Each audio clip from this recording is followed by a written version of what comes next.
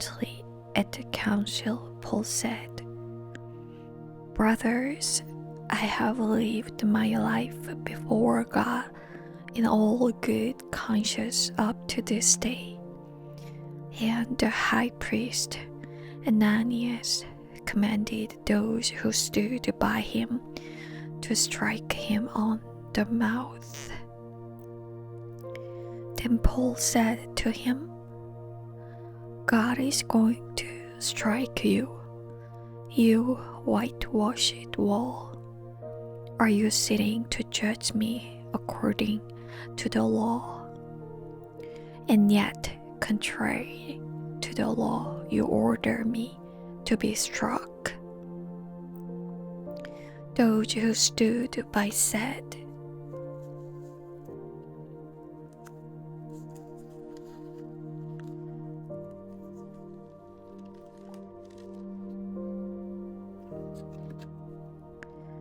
"Would you revile God's high priest?" And Paul said, "I did not know, brothers, that it was the high priest, for it is written, 'You shall not speak evil of a ruler of your people.'" Now, when Paul perceived that one part were Sadducees and the other Pharisees, he cried out in the council,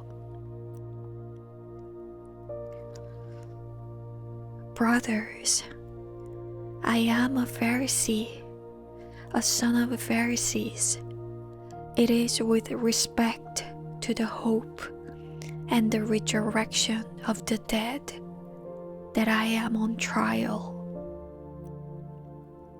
And when he had said this, a dissension arose between the Pharisees and the Sadducees, and the assembly was divided. For the Sadducees say that there is no resurrection, nor angel, nor spirit, but the Pharisees acknowledge them all. Then a great clamor arose, and some of the scribes of the Pharisees' party stood up and contended sharply. "We find nothing wrong in this man. What if a spirit or an angel spoke to him?" And when the dissension became violent, the tribune, afraid that Paul would be torn to pieces by them, commanded the soldiers to go down and take him away from among them by force and bring him into the barracks. The following night, the Lord stood by him and said, "Take courage, for as you have testified to the fact about me in Jerusalem, so you must testify also in Rome."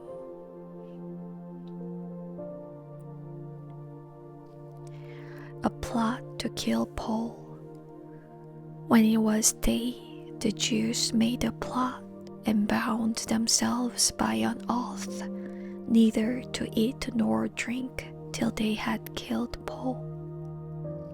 There were more than 40 who made this conspiracy. They went to the chief priest and elders and said, "We have strictly bound ourselves by an oath to taste no food till we have killed Paul. Now, therefore, you, along with the council, give notice to the tribune to bring him down to you, as though you were going to determine his case more exactly.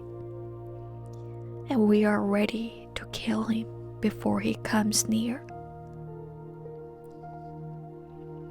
Now the son of Paul's sister heard of their ambush, so he went and entered the barracks and told Paul.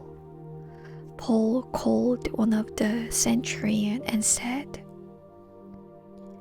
"Take this young man to the tribune, for he has something to tell him."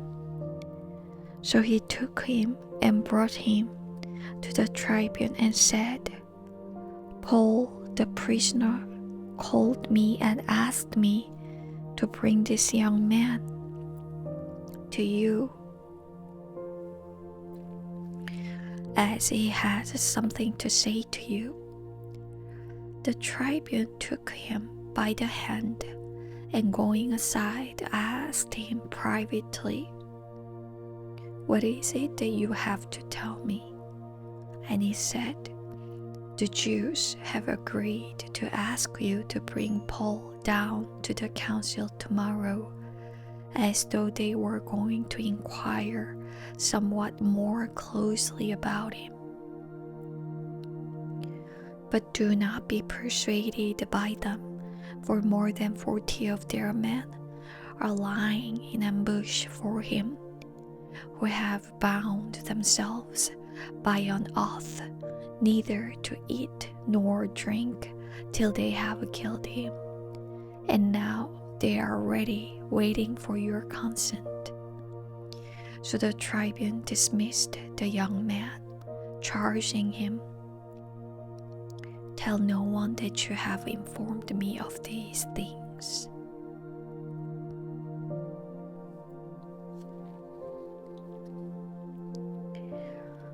Paul sent to Felix the governor. Then he called 2 of the centurions and said, "Get ready 200 soldiers with 70 horsemen and 200 spearmen to go as far as Caesarea at the 3rd hour of the night. Also provide a mount for Paul to ride and bring him safely to Felix the governor." And he wrote a letter to this effect: "Claudius Lysias, to His Excellency the Governor Felix, greetings.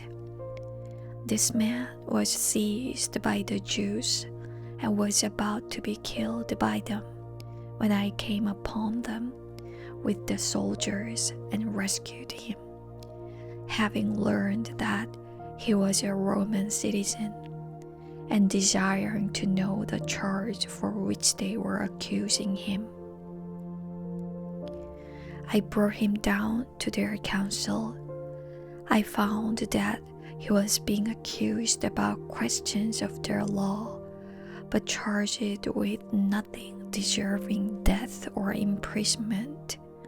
And when it was disclosed to me that there would be a plot against the man, I sent him to you at once, ordering his accusers also to state before you what they have against him." So the soldiers, according to their instruction, took Paul and brought him by night to Antipatris. And on the next day, they returned to the barracks, letting the horsemen go on with him. When they had come to Caesarea and delivered the letter to the governor, they presented Paul also before him. On reading the letter, he asked what province he was from, and when he learned that he was from Cilicia, he said, "I'll give you a hearing when your accusers arrive."